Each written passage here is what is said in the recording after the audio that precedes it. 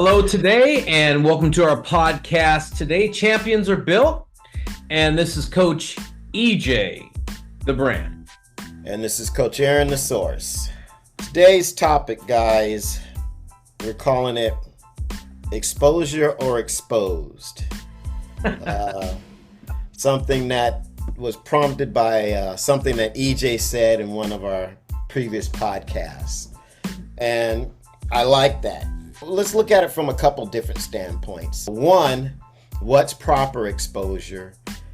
And two, are athletes in such a rush to have exposure?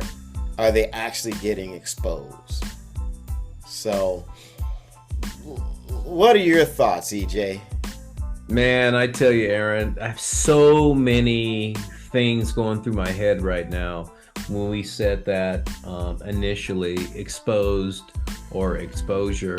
And it leads me, being a leader of a baseball club, a travel ball organization, I'm going to use those terms, said baseball club, but we're a baseball club.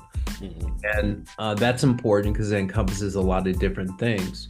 So when you think about exposure or being exposed, I think about players always in a rush to be seen by somebody.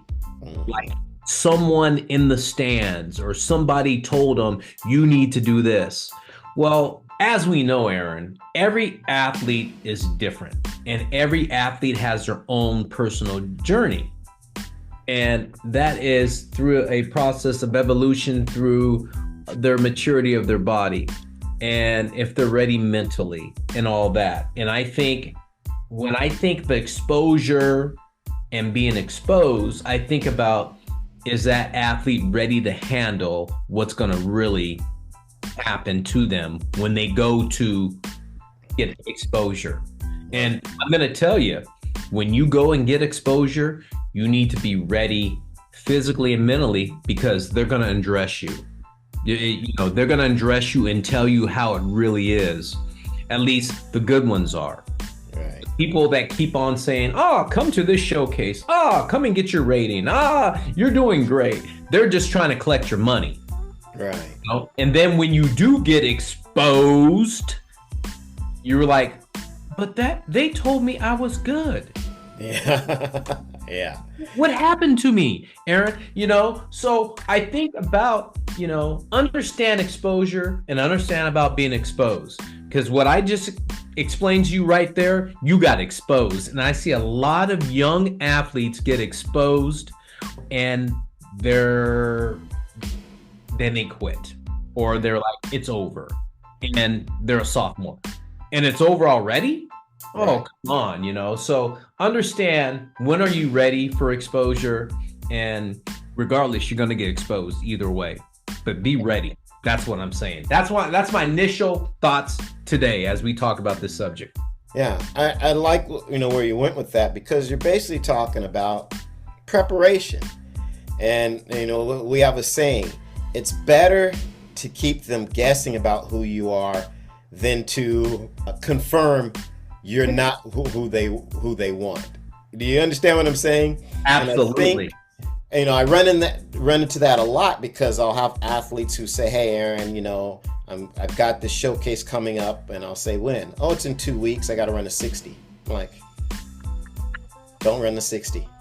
Don't run it. Don't run the 60. Don't run it. Because all you're going to do is show them that you're not what they want in that regard. Right. And so it's like a job interview. You just don't show up. Do your homework, do the prep work, be knowledgeable about what you're going to do, get your mind and your body ready, then walk through the doors and say, hey, I'm looking for this job. And I think the athletes, because like you said, they get hyped up by these letters, because they write the letters in a way that everyone thinks they're speaking directly to them. Right. Right. It's almost like publisher sweepstakes. You won $1,000. You won $1 million. This could be, and it's like, dude, they got your name out of database. So even that, even though it might say, dear Aaron, we've been following you closely, and we'd like to invite you to our select that. And like, well, where did you see me? You know, but the letters are written to speak to you personally in a way, but they're really just they're marketing tools, Right. to get you to come in and spend your money. You know, and so people see that, and they don't want to miss the opportunity. Right. You know, they think there's an opportunity there, and they don't want to miss it. So, oh man, I got to go to this. They're looking for me. No, they're looking for your check. Right. They are. They're looking for your. They really are. And so you've got to not be influenced or swayed by those sorts of, you know, marketing gimmicks to get you to go and participate in something that, one, you're not prepared for. Even though it might be a legit and viable vehicle for you to be recruited, but if you're not ready, you got to just let that one go by. Right. You know, because you always want to put your best foot forward. And especially nowadays, you know, back in the day when I was competing, the only time you saw stats was like if they were in the newspaper. They're in the newspaper and they're gone. So unless you can find them now on microfiche, a lot of my performance you're not going to ever see again. Right. And so it disappears. But with the internet, anything you do, you might as well think of it as being accessible for perpetuity. You know what I'm saying? Your grandkids are going to be able to pull up and say, hey, you know, Dad, if you were in any kind of, competition of any note, they're going to be saying, Dad, how'd you go 0 for 7 at the such and such? Classic. You know, or granddad, you know, they're going to be able to find it. And so will these scouts. So if you lay an egg just because you've gone someplace and you were ill prepared, you've actually got to erase that now. Yeah. Yeah. You know, because you don't know what's going to pop up when they do that search. Eric Johnson, special combine, da-da-da. What did he do? Right. He did what? Is this the same guy? You know? So I would just warn people not to rush to get in front of scouts, because you can get exposed. And that's what these showcases are really ultimately about, is for people to see you and to see who you are as an athlete. And so you want to show them, you know, the best that you are, the best that you can be. You know, Aaron, I'm glad you said that. It got me thinking about a couple experiences that have happened this week. One is that I had a player from another country inquire about our company and wanting to come practice and do stuff. And so they gave me their link to their showcase, and I went in and looked at it and went, wow, whoa. And the player got exposed. Yeah. And I go, well, maybe that's just not the right fit here. Yeah. Yeah. You know, but they went out and spent a lot of, and this is a young athlete, a freshman, and this is what is out there in public on him. And I'm like thinking, man, this kid's not doing a service to himself by putting this out there as a first look, and understanding the first look is important. Yeah. People don't understand that. The first look and the second look are important. Yeah. No one's going to dig through your whole library. And not to cut you off, go ahead and finish your point, but I want to follow up with that. But, you know, Aaron, the first look's important. And I always tell players that they want to go to a showcase, go to a local one that doesn't have any video, and you're just getting the experience of what it feels like to be in the setting, and you understand what that looks like. And the key to this is get the experience, so you know what the feel is, so you get the nerves out and you can get to see what a showcase looks like. A local one that doesn't mean that much, and it's not like this national showcase, you know, that people are enamored with. Right. So, you know, I'll let you finish your thought though, because that's off that first and second look thing. Yeah, no, you just mentioned something that kind of provoked something in me.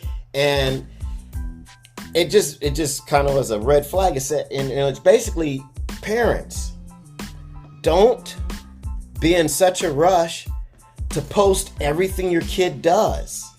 Right.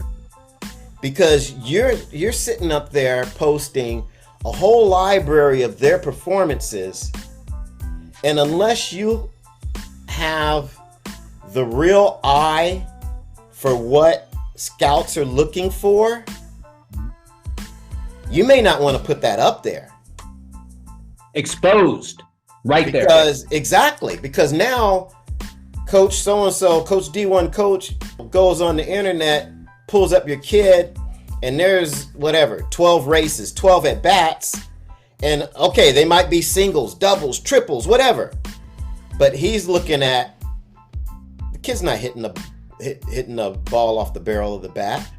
Right. The kid's not, his hands aren't coming through a really good path. You know what I'm saying? They can now pick your kid apart and say, he doesn't have a D1 swing, I can't use this kid. Right. Right. Right. Regardless, even though the moment in time, because what does everyone do? Everyone puts up their highlights, right? But just because it's a highlight and just because it's a successful moment doesn't mean it's at the level of skill and execution that is going to entice a coach to say, yeah, I like that.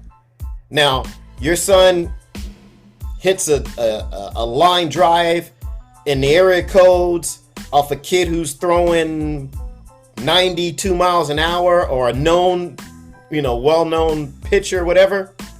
You put that up there, coach says, okay, good. He roped that. I know, I'm familiar with that pitcher. It's good at bat. Right. That's a good at bat. And you know what?